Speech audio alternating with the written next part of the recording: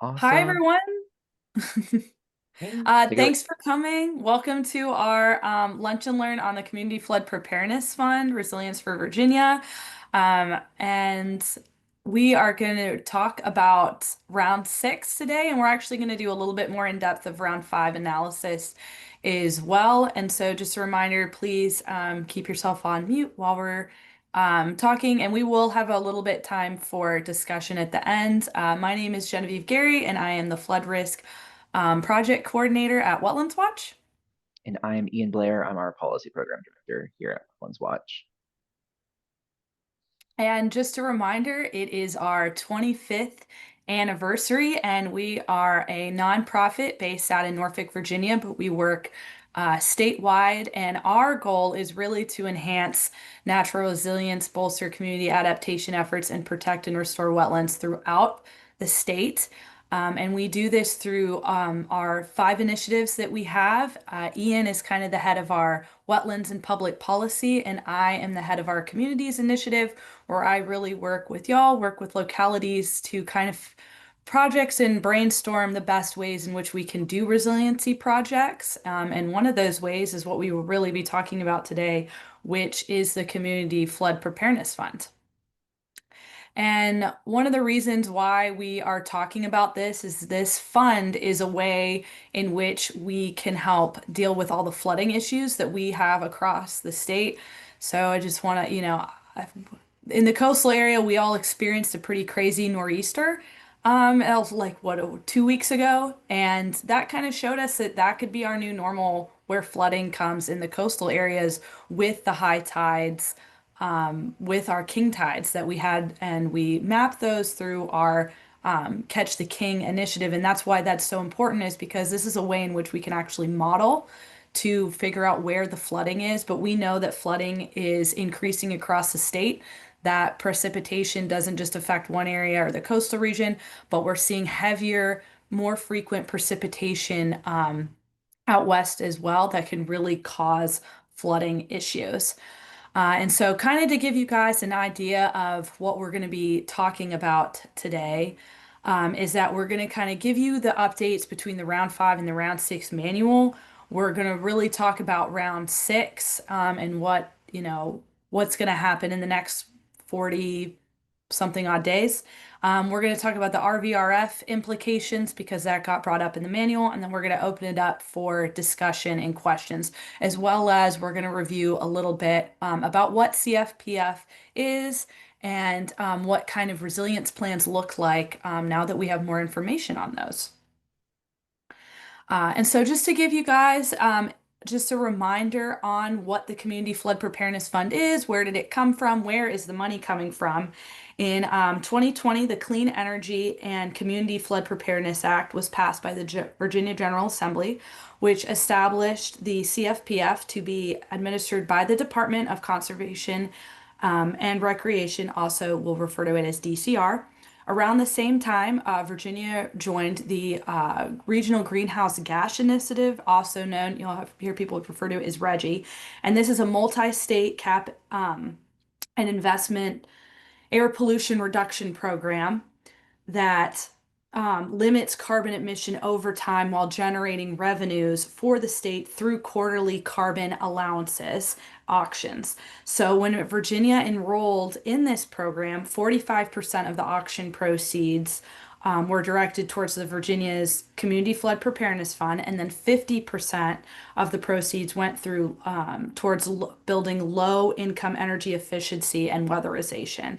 And so since 2020, RGGI has generated $827 million for Virginia. And while Virginia has not renewed its contract with RGGI since December of 2023, a state budget allocation has provided funding to the CFPF in 2024, and of course now in 2025. We anticipate this will continue, the fund will continue in 2026. And so on our next slide, we kind of give a breakdown of where we've seen the RGGI proceeds, and what we've gotten for the CFPF allocations. And I'm sorry, on the last slide I missed that in this round six, there's $10 million that is up for grabs in between grants and loans. And we're going to go more through the breakdown of that in a couple slides. And so the award cycle has, there have been 5 award cycles, and we saw $85 million released uh, a couple months ago with the announcement of all the round 5 awards. And so with this, you can also see the designation of those low income, how much money was going to low income communities across the state, because DCR says that at least 25% of the money has to go to low income, and we've been above that threshold. Um, and so a key component in the CFPF is that it's broken down into 3 categories. So you have capacity and building, which includes resilience plans. Then you have a category of studies, and then you have projects. And for a locality to be able to apply for a project, they have to have a DCR approved resilience plan. And so on the next slide, these are what the Virginia Code has as the resilience planning principles. And so if your locality is new to this process, this slide is very helpful because these are the things that you want to make sure that you have in your resilience plan. And we're going to talk a little bit more about those plans and other things that are in the CFPF manual specifics on what you would put in that plan in a couple slides. And so on the next slide, this just kind of overviews what I just mentioned about the categories with the planning and capacity, the studies and the projects. And so in this round, in that 110, how it's broken down is that there's 50 million available for grants for all 3 categories. There's 35 million available in loans. And then there is $25 million available for U.S. Army Corps of Engineer authorized coastal storm risk management, or CSRM projects. Um, and now on the next slide, we have what the matches look like for when you're asking for money. And so for the low income areas, there's a 10% for the match. Now, we did note in the manual that right now you can ask for all up for no match requirement if you're asking for $50,000 or less in the capacity and building and planning category. And if you're kind of new to this and want kind of an idea of what projects or what other communities are doing, on our next slide, we have an example of the work done through VCN, which gives you we have kind of these fact sheets that kind of show where the funds are going, what communities are doing, and examples of kind of different projects, how much money they cost, and if you want more information on that project, who you can contact for that. And so that was a very brief overview of what CFPF is.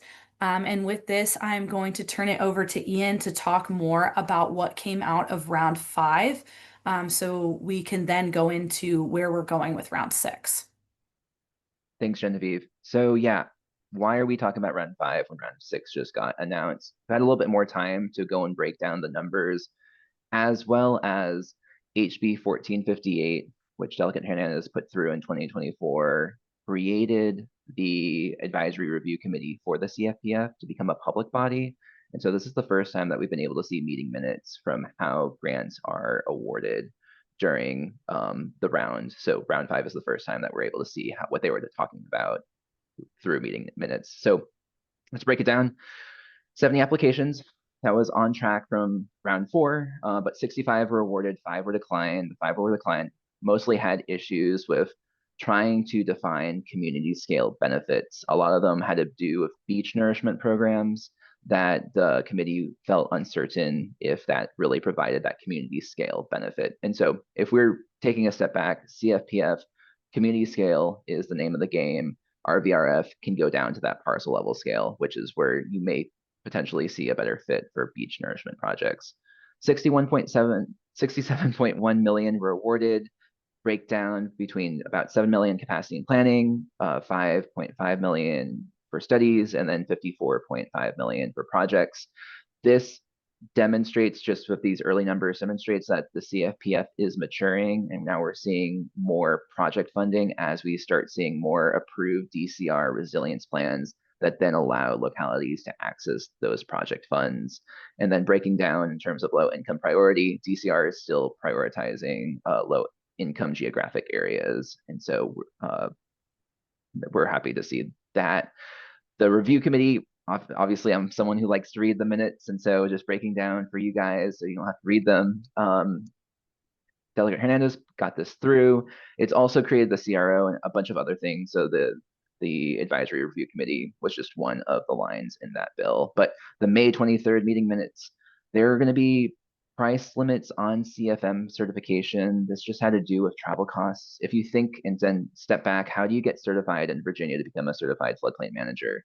You could, of course, go and study on your own and then take an electronic test through the Associated State Floodplain Managers, ASFPM. Or what most people do is they end up trying to find a class called L273, which is like Floodplain Manager 101. It's put on by the Emergency Management Institute, and one that actually Genevieve has attended in, is it Maryland, Genevieve? I forget. It's Emmitsburg. Yeah. Cool. Have not been there. That is one way. Naturally, if you want to travel there and do a 4-day class so you can take your exam on the 5th day, crunch it all in, you need to incorporate travel costs, everything to get there. And so we saw for the first time price limits when discussing how people could get CFM, which is frustrating because a 4-day class is naturally a really, for a busy working professional who wants to get certified, a way of like putting 3 months of study into 4 days. But this is what we're working with. Another thing is that we started seeing more conditional requirements that ended up informing round 6 with some new definitions. Conditional requirements on PDCs working with their localities within their respective service area districts, as well as counties and towns working together with regional resilience plans or independent resilience plans in the same shared geographic area. And we also saw, and I kind of jumped the gun earlier, but public beach restoration projects were denied due to limited community scale benefits. That seems may be giving some flexibility in round 6 based off of the summary of changes, as well as a lot of, there were a couple acquisition of single family homes denied because they had those limited scale, community scale benefits. And a really, don't want to call it out, but it was in the meeting minute notes. The committee was concerned that the number of active CFPF applications in a period of performance that have not yet been closed is now a factor for future CFPF applications. And so if you are a town that has multiple CF applications out and you're applying for another one, that may dock you because the other ones have not been closed out before. And those are the highlights from the May 23rd meeting minutes. Let's break down statistics and analysis. When I did just a preliminary, like what was awarded, most of the biggest category were a creation of new resiliency plans, which is what we love to see. We're seeing new people across the state start thinking about flood resilience. The second biggest category was H&H modeling, people studying to figure out what the best solution were. So create your plan, then you figure out your areas, you then do your H&H modeling to figure out what the next project should be, and then you go in after the project. So that sort of pipeline is working out. Some other interesting applications were digitizing organization, as well as parametric insurance, and some general, what you would expect, culvert replacements, more gray infrastructure projects, wastewater projects, etc. But when we break down, because right now what you're seeing is the entire 65 applications, when we only look at capacity building and planning and the things that were awarded there, 15 new resilience plan creation. We're seeing the first time a resilience plan update. I think that was Henrico County, and that makes sense. Anyone that was awarded or anyone that not necessarily awarded, but put in a resilience plan, generally in the early rounds, these were compilation plans, now needs to do a new one because resilience plans are only good for 5 years. So the ones that were done in 2021 are going to be hitting their 5 year expiration in 2026. So we might start seeing some re updates, and then Genevieve can kind of talk the asterisk with if you are updating your resilience plan, it has to be a standalone and not a compilation. And we'll explain that later. Other interesting things within the planning category, we are seeing some pre-resilience plans. So people that are uncertain whether or not, and that's what needs assessment means, whether or not they want to go forward, but they want to do like a preliminary before they start defining, because sometimes resilience can be interpreted in different ways in different parts of the state. So people starting to think, trying to figure out what their risk, their exposure, their sensitivity, and their adaptive capacity can be, as well as training, and then syncing up with capital improvement plans, as well as stormwater structure plans, figuring out where inflows, outflows are. When we break down those 15 resilience plans, they represent the entire state, with Southwest region having 4 new resilience plans coming and being awarded and funded in round 5, which is exciting to see. So there's geographic space and breadth. When we take a step back and we look at comparisons between round 4 and round 5 in terms of the number of applications and then a number of awards, we see Northern Virginia has an increase, as well as Southwest Virginia. Now, these number of applications do change differently when you just look at numbers, like the amount awarded per region. And so we're still seeing Hampton Roads, which generally early on had resilience plans before resilience plans were defined. And so they've been in the system a lot more, and they have more projects in line, and they understand where they're going to move forward with, which is not that, which is unsurprising. Looking at the entire, like when you break it down, again, project funding is what ends up getting funded the most. And this is showing a mature CFPF project now that we're seeing more localities go through the planning, study, and now the implementation phase. And then looking at the entire round 1 through round 5, we can see the increase. And just another way of showing that is actually looking at the map and seeing where funding is being done for each round.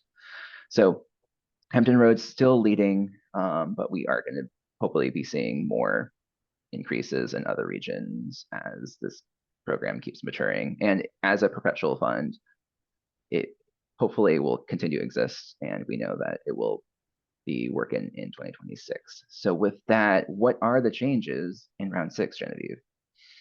Woo! Okay. Thank you, Ian, for going over what we saw in round 5. So when round 5 was coming out, we also had the draft manual for round 6, and then the full manual came out last week. And so we are going to go over some of those changes. And um, I just want to know on these next couple of slides, these are the notes from the what DCR has on their website. And then I'm going to go in more in depth as Ian and I have started going through the manual and kind of picking out apart some of the very specifics that can be found there. And so there was language added that the Advisory Review Committee will consider the progress and management of active CFPF grants by the applicant when making recommendations. So this came from those meeting notes that Ian mentioned earlier about, that they're now going, we know now the committee is going to take into consideration that performance period and how many grants that a locality may have open.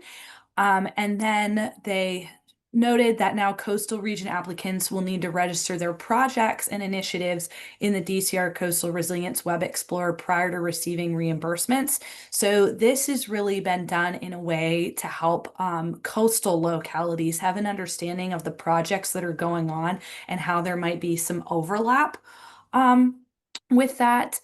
And that is something, and I'm going to talk about it in a couple slides, but that is something that we did ask for in our comment letter. The next is that DCR approved resilience plans must be in before the beginning of the next round for project grants. And this is specifically 30 days. And we're still waiting on full clarification, but we interpret it as 30 business days as of right now. And then applicants who are not in low income geographic areas must provide that 50% match for staff grants. Um, Moving on, now noted actually in the manual is that tribes are eligible applicants. And so this also, and this is means they did clarify with specifically in the manual that this means those federally recognized tribes and then the tribes that Virginia as a state recognizes. And so it's not just the federal, they recognize all of the tribes in Virginia that have that designation, either federal or state. And so the other language also in the manual shows that they have with our new Chief Resilience Officer, Greg Steele, currently, that language has now been added to the grant manual as one of the entities kind of establishing it and making it awards. They put just a quick note that community scale project has been clarified. We're in a couple slides, we're actually going to show the definition of what this means now. This is something that we asked for clarification in the comment letter. And so this also includes projects that provide flood mitigation to critical facilities, and critical facilities was further defined in the manual to really be talking about it could be federal critical facilities, it could be state facilities, it also could be local facilities as well. And so, with that, language promoting consistency and collaboration between overlapping local governments when developing resilience plans and requirements that resilience plan are consistent with hazard mitigation plans and other similar plans were added. So, this really added on to making sure that there's some consistency essentially when you're looking at these plans, because we've seen plans at either the scale of the PDC or maybe the town. And so that there is, we know that there's, even though they define a locality in the grant manual, that there is basically essentially overlap with the local governments, that they're on more of on a similar page. And so on the next slide, continuing, wait, did we skip a slide?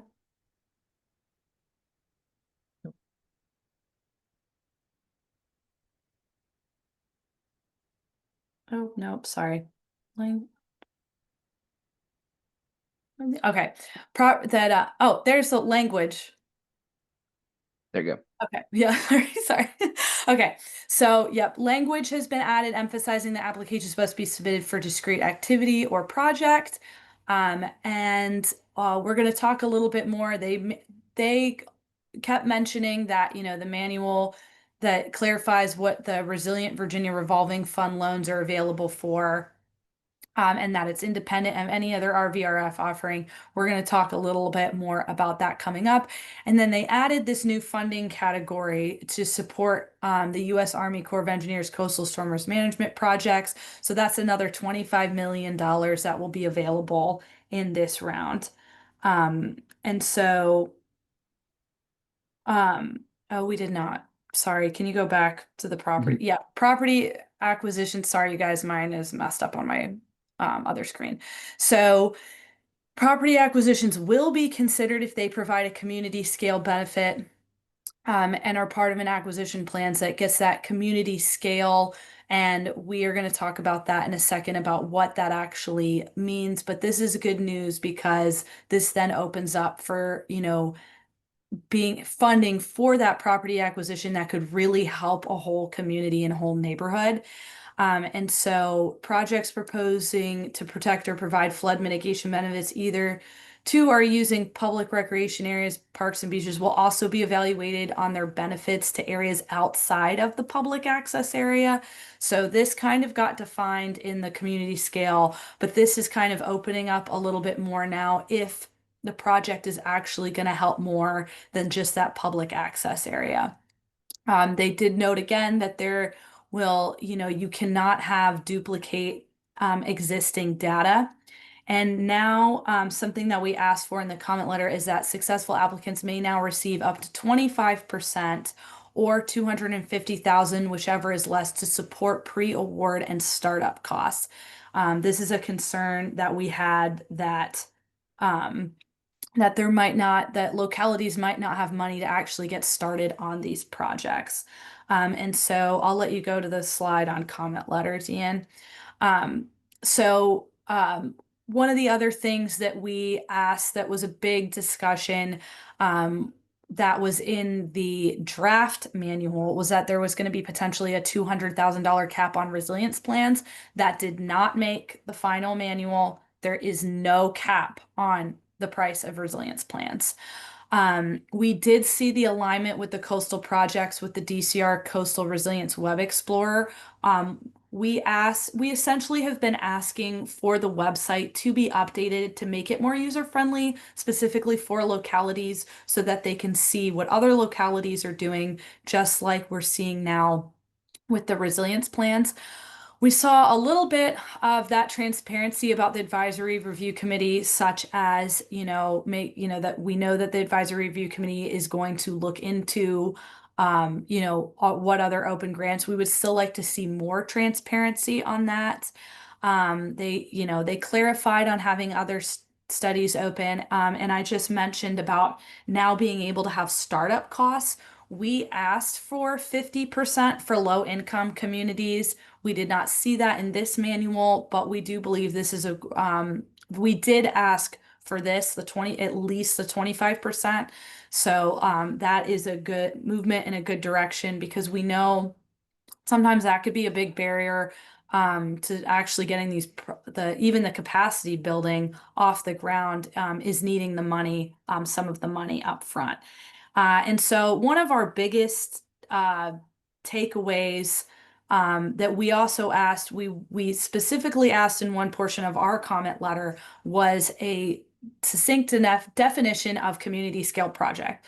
So I'm just going to read it off that, this means a flood prevention and protection project that provides flood mitigation benefits 25% or more of the geographic area or population within the designated census block of the project location. For projects whose primary benefit is provided outside of the census block in which the project is physically located, the applicant may designate a different census block to be used in the calculation. This definition includes flood mitigation of critical facilities and infrastructure that have been identified in the regional or state hazard mitigation plan. This is a great update that really, now provides. Maybe it's one census block you have the project, but we all know water moves. So you can now put up those other census blocks that are going to be affected by the project to get that community scale project definition. I think this is a great example of this is that property acquisition. We know, if we remove a property, restore some of the floodplain benefit function, especially when we're thinking about how this relates to, FEMA or SFHAs, that this is a way that we can kind of show, okay, well, it's been restored to its floodplain function now, and you're going to see more benefit for X amount of critical infrastructure, other homes in the area. And so, just to note, this is another prime example of where the website kind of might give you, where DCR gives a memo about the changes, but this was actually pulled from the manual in the definitions section. Um, and so another thing that we asked for was more clarification with the Resilient Virginia Revolving Fund. And so we really wanted a crosswalk for localities to understand which one should they apply for, especially now with this more succinct definition of the community scale projects. Um, we did see, that if you currently have RVRF funds, you can use that as a match. It cannot exceed, but you can use it as a match for this round of CFPF. We are not with, there was an RVRF manual out earlier. There is not a new one. So the application period is on the horizon with this funding mechanism. And just to go on to the next slide to give you guys kind of an idea of what this fund was. Ian, really brought it up earlier that the CFPF is really the community scale, and RVRF was kind of meant as a parcel scale mitigation. And so, in 2022, 25 million was moved out of that CFPF pot of money that came from Reggie. Um, and it was used for this loan fund um, pot essentially. And so there have been questions and there's been a lot of up in the air with this fund right now. And as of right now, it's understood that if the next RVRF opens, it's really going to be for communities on the slide prior that were the federal, they either had the storms from Hurricane Helene that was FEMA declared, or from the storms that Governor Youngkin declared as a disaster during President's Day weekend of 2025. And so when we find out more, information about RVRF, we will let y'all know. And so, we brought up that Ian really highlighted how resilience plans is a huge factor of this fund, and it really gets localities to be prepared. And so we have included some of the resilience plans and kind of the costs that we've seen. We are going through and doing a more in-depth analysis of how much, now that they are all up on DCR's website, we are looking, how much they cost, who did the plan, what were they pulling from other things like comprehensive plan, hazard mitigation plans, and etc. And so we have a couple examples here that we want to highlight just as examples, and we're happy to share the slides, and you can keep moving through them, Ian. Now everybody can kind of see these. And, round 5, we had our first soil and water conservation district that includes 2 counties. And so this is also where, that language of making sure that there's compatibility with the overlapping kind of governmental agencies in an area to kind of have cohesion on resilience. And so, whoop, keep moving through the slides. Here's a couple more on, and kind of like the costs and what round they came through, because that is one thing not on the website, is which round the resilience plan came out of. And then if we go on to the next slide, we've kind of already talked about some of these manual updates, but just kind of a quick reminder, that they will be valid for, the resilience plans will be valid for 5 years. And that the standard period of performance for these grants is now 5 years with review periods, but you can only request up to 2 one-year extensions. They re-highlighted that in the round 6 manual, and that if a resilience plan is coming out of this fund, it must be a full standalone document, and not now. The wording that they're using in the manual is a matrix style compilation plan. And moving forward, we have resources here of, what their funding page is. We have a tracker for all of the CFPF, and we are still in the process of updating our website as well. I did put a link to some of the locality award fact sheets that have been updated. And so on the next slide, there are actually some webinars as well that DCR has put up on their website, and kind of tutorials on how to apply that can be helpful. And we have our own email specifically if you have a CFPF question. So it's on the bottom there, cfpf@wetlandswatch.org. And so now we will kind of open up for discussion if anybody that online right now would like to say. So we would like to know what y'all would like more clarification on, or if you have any other general questions.